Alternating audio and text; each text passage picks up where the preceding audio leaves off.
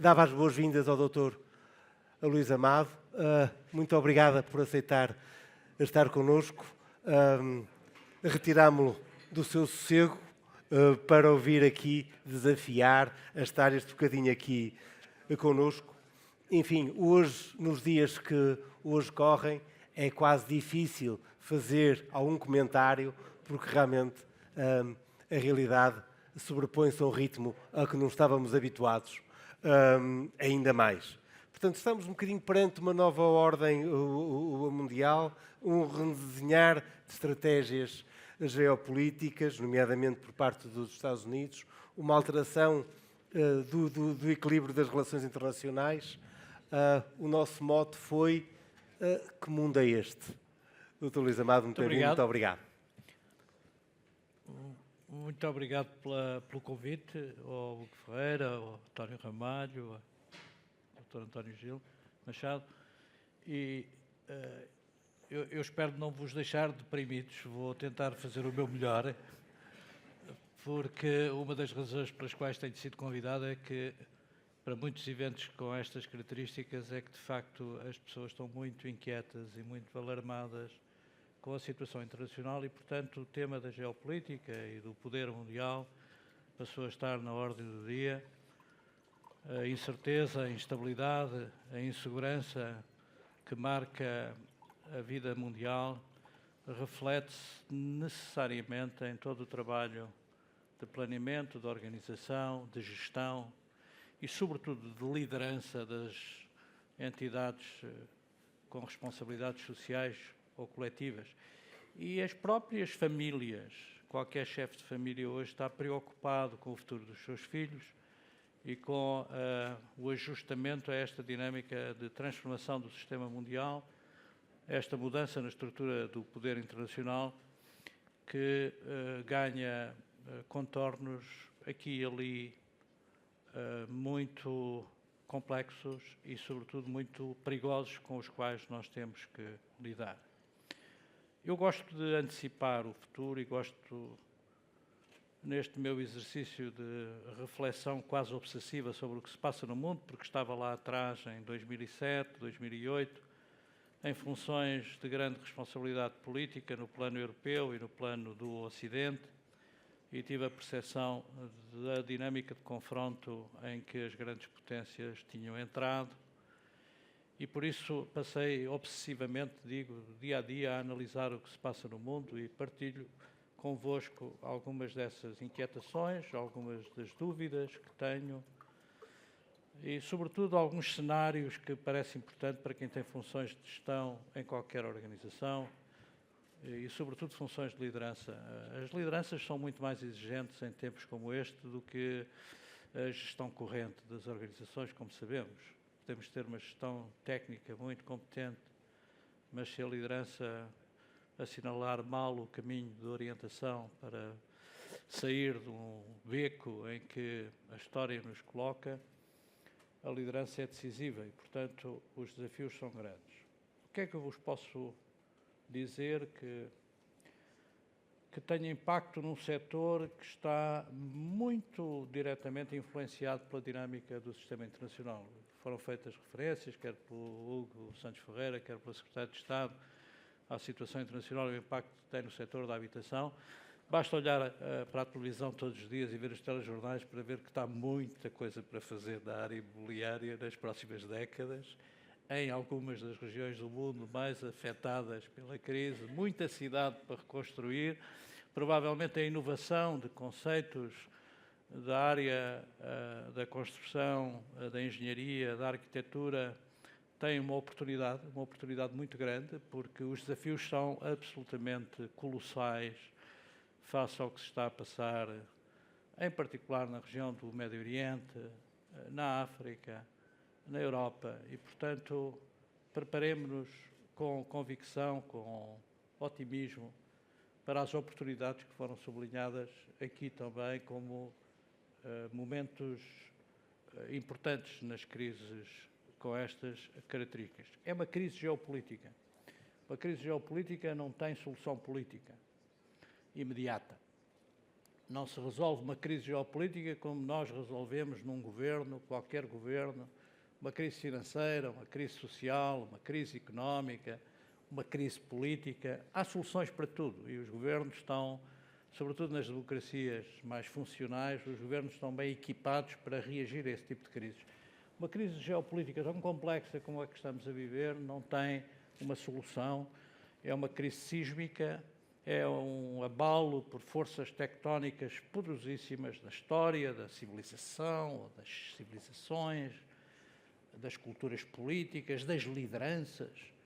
E só quando a crise sísmica estabilizar nos sistemas que não estão controláveis no plano político é que começa a haver condições para soluções políticas.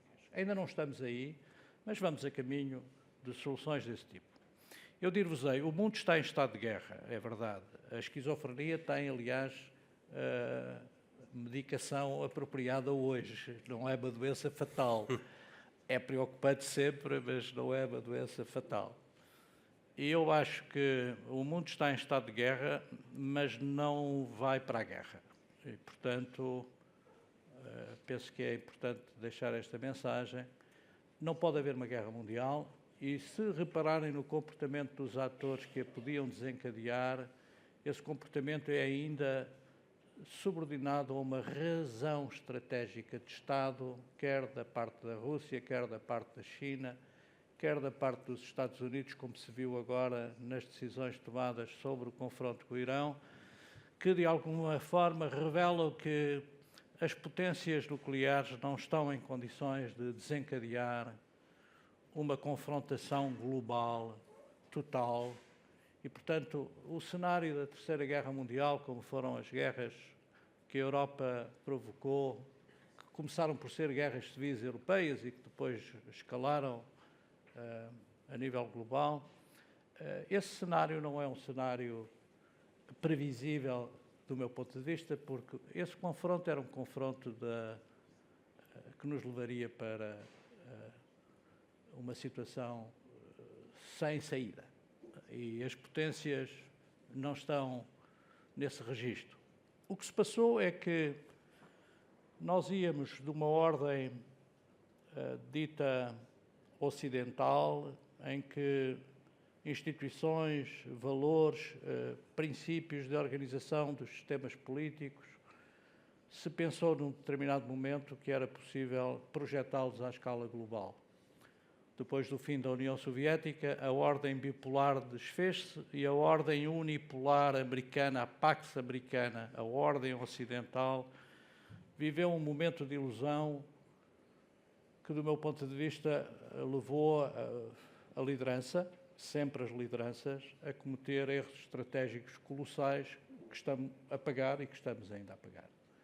Portanto, a ideia de que era possível rapidamente, depois do fim da União Soviética e com a integração das categorias de mercado e da economia capitalista na China, que era rapidamente possível ocidentalizar o mundo do ponto de vista dos seus valores e dos seus princípios, foi uma ilusão que deu no que deu, como todas as ilusões, frustrando expectativas e criando grandes conflitos e grandes problemas.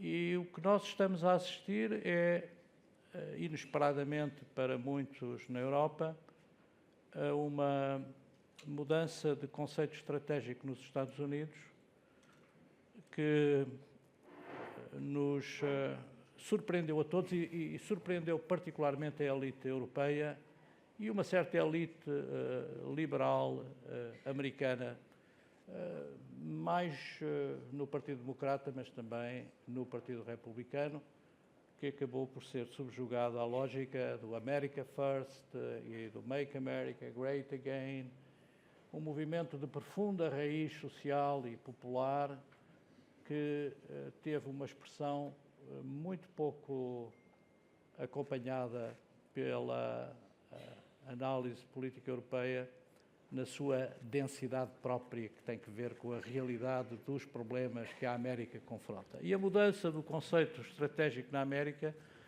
foi inesperada, porque nós durante 20 anos pensámos, acreditámos e vivemos cenários em que haveria uma mudança conceito em Moscovo e uma mudança de regime em Pequim.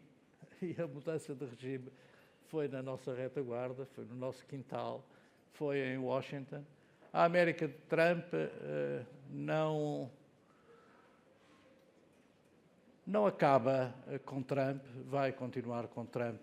A América vai tratar de si cada vez mais e, portanto, a ideia de que a América podia exercer uma influência e um poder à escala global desvaneceu-se. E desvaneceu-se em grande parte por força dos erros cometidos há 20 anos nas intervenções sucessivas das guerras sem fim, que desencadeou um pouco por toda a parte e, portanto, estamos a passar de uma ordem que era relativamente simples, a ordem bipolar, em que os dois atores principais do poder mundial se entendiam nas regras fundamentais para garantir a estabilidade do sistema internacional, para uma ordem unipolar em que os Estados Unidos apenas pareciam ditar as regras do sistema internacional, e agora temos uma ordem em emergência, em gestação, uma ordem multipolar, muito complexa, e uma estrutura de poder mundial muito diferente da que tivemos e da que tínhamos. E, portanto, como é que se vai garantir a estabilidade do sistema internacional numa ordem multipolar em gestação, num processo ainda de transformação, é o grande problema com que nos confrontamos. Temos sistema para 10, 15, 20 anos seguramente, até que se encontre um ponto de equilíbrio que dê a garantia de estabilidade e que reduza as margens de insegurança, de incerteza e de instabilidade com que estamos a viver no dia-a-dia e que se expressam na volatilidade dos mercados em condições normais. E eu só terminava dizendo uma coisa. Os vários polos, nós podemos antecipá-los. São polos de influência geopolítica e geoestratégica à volta das grandes potências.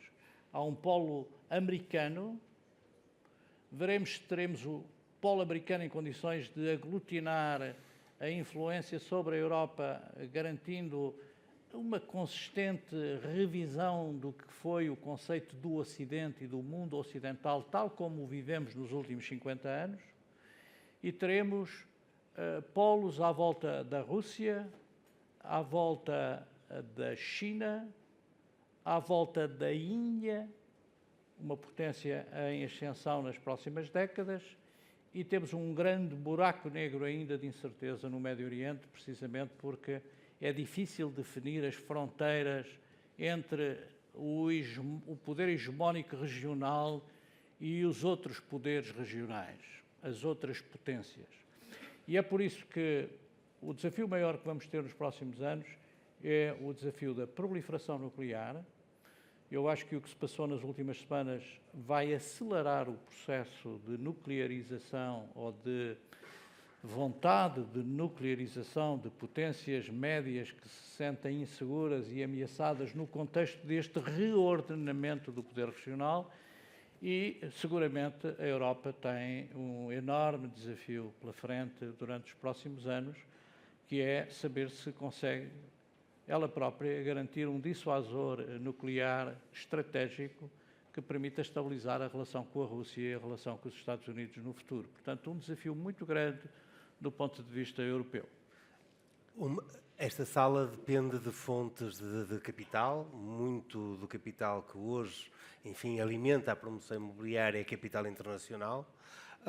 Portugal sempre viveu entre uma visão atlantista, a visão do Brasil, de Angola, de Moçambique, e uma visão mais europeísta. E, portanto, houve tempos mais virados para a Europa, houve tempos mais virados para o Atlântico. E dentro dessa perspectiva mais atlântica e mais global, está muito a presença de investimento chinês. E o investimento chinês em Portugal é importante nas nossas infraestruturas de energia, no setor financeiro e em tantos outros setores. Como é que conseguimos equilibrar esta visão atlantista, esta visão europeísta, e como é que nós nos conseguimos equilibrar na relação americana sem dizer não ao capital chinês? Bom, usou a palavra equilíbrio. equilíbrio é o conceito-chave do ponto de vista do posicionamento geoestratégico de um Estado. E nós temos sabido fazê-lo. Felizmente, ancoramos a nossa inserção no mundo nos últimos 40 anos na Europa e, sobretudo, na União Europeia, e desfizemos esse equívoco da identidade do país como um país não europeu, um país atlântico, africanista. Essa ilusão desfez-se. Portugal é um país europeu e é na Europa que vai continuar a ancorar as suas expectativas e a sua identidade do ponto de vista geopolítico. Agora, neste conturbado mundo em reconfiguração geopolítica e geoeconómica, nós temos que perceber, primeiro, a importância dos Estados Unidos. Os Estados Unidos serão a economia mais dinâmica das próximas décadas. Não nos iludamos sobre todo o ruído à volta do problema interno. A América está a viver uma revolução, verdadeiramente uma revolução, e vai passar por testes importantes em termos internos. O teste dos limites do poder executivo e do poder do presidente e o teste da justiça. Até agora, Trump litiga, mas respeita as ordens dos tribunais. Tem uma alavanca de segurança no Supremo, uma vez que a maioria dos juízes foi indicada por si, mas o que é um facto é que ainda não pôs em causa uma decisão judicial, mas está a testar os limites do poder executivo e os limites do poder dos Estados. Mas a América está ao mesmo tempo a desburocratizar e a desregular de uma maneira absolutamente extraordinária, que vai gerar um dinamismo de crescimento, na minha expectativa, se a política económica de Trump correr bem, se o problema das tarifas resultar e se, sobretudo, a lei que está em aprovação no Senado aprovar. Portanto, eu diria que Portugal, que nas últimas décadas tem aproveitado muito a expectativa nova que há do lado do Atlântico em relação à Europa e em relação, em particular, à economia portuguesa, na área imobiliária isso é particularmente evidente, tem sido particularmente evidente, sendo, aliás, um setor que precisa muito de capitais. Eu acho que nós temos que manter o foco na oportunidade de reforçar as relações na economia transatlântica, no sentido que é dado pela sua pergunta, que encaixa ou absorve a relação com a América do Sul, e em particular com o Brasil, e a relação com a África. Absolutamente fundamental para nós percebermos que a nossa identidade europeia é reforçada sempre que nós reforçamos a nossa capacidade de relação no espaço atlântico com os Estados Unidos, com o Brasil, com a África e com a China. E, respondendo diretamente à sua pergunta, claro, é esse equilíbrio e esse exercício que é difícil fazer. É preciso ler bem o que se está a passar na competição absolutamente vital para a estabilidade do sistema internacional entre os Estados Unidos e a China, no plano tecnológico, sobretudo nos setores que serão decisivos para que os Estados Unidos consigam manter uma posição de vanguarda no sistema tecnológico mundial e, em particular, no domínio da inteligência artificial. E, nesse sentido, nós temos que gerir muito bem essa relação com a sensibilidade estratégica que decorre do facto de, como sabemos, há um princípio de contenção na estratégia americana em relação ao crescimento da economia chinesa. A economia chinesa, o crescimento da economia chinesa foi o mais extraordinário fenómeno das últimas décadas. Ninguém acreditou que a economia chinesa podia crescer da maneira que cresceu e que a China se podia tornar uma potência global e uma potência regional com a dimensão que tem. E, por isso, os Estados Unidos assustaram-se verdadeiramente com o crescimento do poder da China e estão muito obcecados com a contenção da China no Pacífico. E, nesse sentido, a imposição de regras e de princípios e uma certa auscultação no campo dos aliados, de toda a dinâmica de relacionamento com a economia chinesa, com as empresas chinesas, com o Estado chinês, está nos livros. Mas isso impede-nos ou limita-nos? Sim, mas relativamente apenas. Como princípio, nós temos que garantir liberdade e autonomia estratégica para nos relacionarmos com qualquer Estado do mundo, se for do interesse estratégico do Estado português. E não podemos subestimar o facto da China nos reconhecer como uma potência histórica, daquele lado da Ásia que é ainda a economia mais dinâmica do mundo e será por muitas décadas a economia mais dinâmica do mundo. Daquele lado da Ásia, nós somos reconhecidos historicamente como uma potência histórica, somos tratados com respeito e com dignidade política e institucional e, portanto, nós temos que valorizar, sem preconceito ideológico, a relação com aquele espaço do mundo. E é este exercício que é um exercício difícil, é difícil para qualquer governo. Felizmente, a nossa política externa tem sido marcada nas últimas décadas por uma grande consistência do ponto de vista da articulação das várias opções governamentais, diferentes governos de esquerda, de direita, do centro, mantiveram no essencial uma matriz de equilíbrio das nossas relações em função dos interesses estratégicos do Estado português. Não esqueçamos que este é o tempo dos Estados, outra vez, e é o tempo das nações. O multilateralismo está sufocado pela pressão de uma rivalidade crescente entre as grandes potências. Lá virá o tempo em que o multilateralismo será reavivado. E o multilateralismo europeu tem um desafio enorme. Só para terminar, a Europa tem um enorme desafio do ponto de vista da sua capacidade de segurança e defesa. Os Estados Unidos, apesar dos resultados da reunião de ontem, os Estados Unidos não vão usar o dissuasor nuclear nas próximas décadas para proteger os aliados. Esqueçamos. O que se passou ontem em Bruxelas ainda é um exercício, mas tem alguma fantasia. Porque a lógica de segurança e de defesa que os Estados Unidos têm não é compatível com a lógica de segurança e defesa de nenhuma região do mundo, e muito menos da Europa. Portanto, a Europa tem que rever o seu conceito de segurança e defesa, porque os dividendos da paz acabaram. E tem que, ao mesmo tempo, reconfigurar o seu modelo económico, porque se vai ter que pagar segurança e defesa, 5% é muito dinheiro.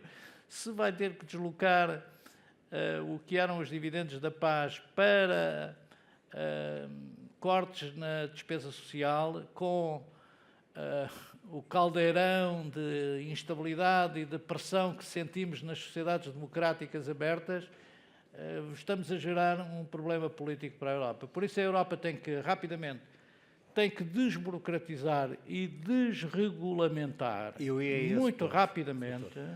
Porque falou em duas palavras, e já agora, aproveitando a presença da Secretária de Estado, para, enfim, levar aqui um recado que foi relativamente aos Estados Unidos, a desregulação, e associou essa ideia de desregulação a crescimento económico. Exatamente. Os Estados Unidos têm hoje, não têm problemas de segurança nas fronteiras, não têm instabilidade, são, no fundo, um continente insular. Têm reavivado a doutrina de Monroe, têm, por isso, um conceito alargado de segurança e defesa do continente, de todo o continente americano, e nesse sentido, depois da revolução do shale gas e do shale oil, a América tem reservas energéticas para 100 anos e, portanto, tem energia barata para 100 anos. E agora, com a desburocratização e a desregulação, as forças únicas que nós sabemos que existem na economia americana, muito assentes na liberdade de empreender, na liberdade de agir, o setor privado tem uma pujança e uma dinâmica, a mobilidade da economia americana não tem expressão em nenhuma economia do mundo. E eu acho que se a economia a política económica de Trump não correr mal, e pode correr mal, e então teremos uma tragédia para a América, uma tragédia para o mundo. Se não correr mal, a economia americana estará a crescer nos 3% a partir do início do próximo ano. E em condições de concorrência e de competitividade com a economia europeia absolutamente insuportáveis para a Europa. Portanto, a União Europeia, se não age rapidamente no sentido de criar quadros de competitividade para a sua economia mais favoráveis às empresas e à dinâmica do setor privado, nós teremos muita dificuldade mais à frente em aguentar o fardo da segurança e da defesa e o fardo das pensões e da assistência social, porque o modelo social europeu não tem expressão em parte nenhuma do mundo. Nós temos um modelo social mais avançado, daí também termos considerações de avanço civilizacional extraordinárias. Se não formos capazes de fazer reajustamentos rápidos e dolorosos, em algumas circunstâncias, então teremos um problema sério a nível europeu. Se conseguirmos fazer isso, eu acho que daqui a uma década o modelo europeu será de novo o modelo de referência para a estabilidade das várias regiões do mundo, dos vários polos. Já é hoje na América Latina, já é hoje em África, já é hoje na ASEAN em particular, mas será necessário que a Europa também seja capaz, através do seu modelo de integração, de fazer prova de validade desse modelo. Se não fizer reformas, o Draghi pôs o dedo na ferida. O grande problema é que o Draghi põe o dedo na ferida comparando a Europa com os Estados Unidos e a China, e a Europa não é uma potência, nem será uma potência Estado-nação tão rapidamente, mas tem que o fazer. A primeira condição que eu digo que seria importante fazer era garantir uma segurança de dissuasão própria, criar eventualmente, é uma ideia que me tem ocorrido recentemente, criar eventualmente a França, a Alemanha, a Polónia, o Reino Unido, criarem uma autoridade nuclear própria, da mesma maneira que criaram uma autoridade do carvão e do aço lá atrás. Porque sem o dissuasor e sem a garantia do artigo 5º da NATO, a União Europeia tem uma posição de enorme fragilidade. A Rússia reconstituiu o seu conceito estratégico nacional, a China tem um conceito estratégico nacional muito forte e os Estados Unidos reconstruíram, com o America First, reconstruíram um conceito estratégico nacional poderosíssimo. A Europa, se não for capaz de criar mitigadamente um conceito estratégico próprio que lhe dê estatuto de potência neste espaço próprio, então ficará sem polo. No mundo multipolar ficará sem polo próprio, ficará sem autonomia e sem capacidade para preservar uma identidade civilizacional própria, sem a qual o Ocidente não existe. Muito obrigado. O tempo não nos perdoa, eu faço sempre o possível por cumprir os nossos calendários. Portanto, pedia para se despedirmos do Dr. Luís Amado, que vai continuar connosco pelo menos até a hora do almoço, com uma grande salva de palmas. Muito obrigado pela presença do Dr. Luís Amado.